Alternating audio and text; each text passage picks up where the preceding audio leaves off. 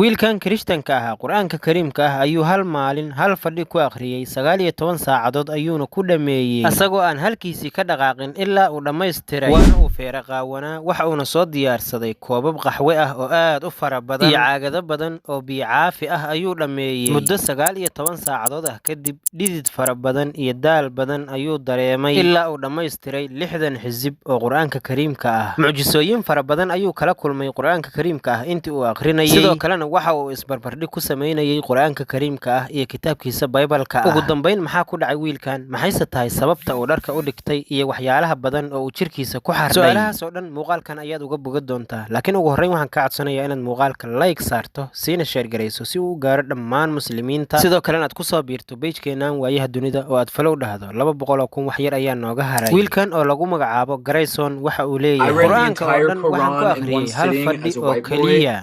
waan ka naxay anigoo Kirishtan ah diintan maxaa yeelay wax walba oo ku jira waan sugay muuqaalkan waxa lagu baahiyay YouTube iyo TikTok intaba waa kan channelkiisa waxa lagu magacaabaa Grayson Bro wuxuu sheegay saacadihii badnaa ee uu isbarbar dhigayay labadan muqaddas inay si kedis ah oo uusan filayn u soo jiiteen iyo inuu la yaabay qalafsanaanta badan ee ka buuxda kitaabkiisa Bible-ka taasoo uu ku tilmaamay wax waali ah oo uusan aqligu aqbali karin wuxuu yiri Qur'aanka ayaan hal fadhi ugu akhriyay sida American weligiis Qur'aan ustaadkayga ayaa maalin ugu dhahay Qur'aanku aad uma dheera waana waajib inaad akhriso xilligaasna fasal diini ah ayaan ku jiray waan istaagay waan sameeyay oo hal fadhi ayaan ku akhriyay marka wuxuu sheegay sababta ku kaliftay inuu Qur'aanka sidaan u akhriyo inay tahay professor daraasad diini ah siinayay inuu si jees ah u dhahay Qur'aanku wax weynba ma ahan wax dheerba ma ahan wax yar ayaa Grayson xilligan waxa uu dhiganayaa jaamacadda Texas ee Mareykanka xilliga uu muuqaalkan soo gelinayay 34,000 oo kaliya ayaa ku xirnaa channelkiisa haddana waad fiirin kartaa 214,000 ayuu kor u dhaafay waa muuqaalka ugu daawashada badan channelkiisa 1 milyan iyo xoogaa ayaa daawaday dadka muuqaalkan ka falceliyay oo ka badan 7,700 oo qof ayay badankoodu waxa ay qirayaan in ayagii oo muslimiin ah aysan sidan Qur'aanka u akhrin macaani badan oo aadka u soo jiitay dadkii muuqaalkan daawanayay ayaa inuu Grayson Qur'aanka Kariimka ah akhrinayay asagoo feera qaawan oo aan wax qamiis ah wadan waxa jirkiisa ku xardhan dad badan waxa ay u maleeyeen daatu laakiin ma ahan ee waa calaamado tawdiixaad iyo bointiyaal muhiim ah oo mid walba markii uu marayay uu jirkiisa ku qortay mar walba oo uu dhameeyo hal safxo oo Qur'aanka Kariimka ah kamid ah jirkiisa ayuu calaamad ku qorayay ilaa uu dhamaadka soo gaaray waxa uu jirkiisa ku qoray in ka badan 424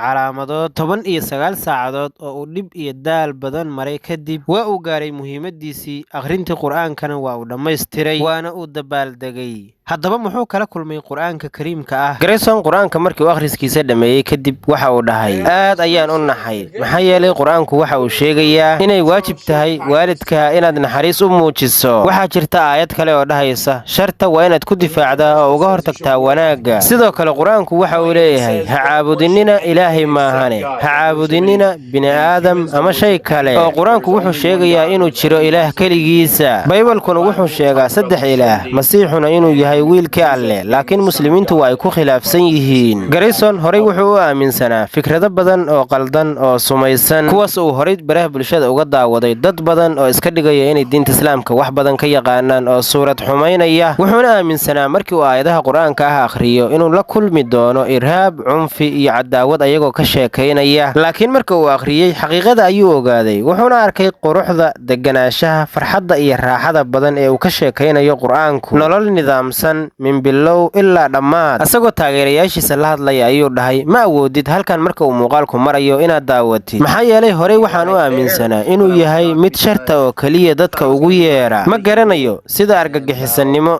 laakiin waaqica waa mid la yaab leh asagu waa waxa ugu nabadgeliyada badan oo aan jeclaaday markaan dhameeyay kadib waxaan rajaynayaa Qur'aanku inuu ka jawaabay dhammaan su'aalahaygii ku hareereysnaa nolosha Grayson waxa uu si dhab ah ula yaabay kadib markii uu akhriyay aayadda 136 ee suuratul baqara قولوا آمنا بالله وما أنزل إلينا وما أنزل إلى إبراهيم وما أنزل إلى إبراهيم وإسماعيل وإسحاق ويعقوب والأسباط وما أوتي موسى وعيسى وما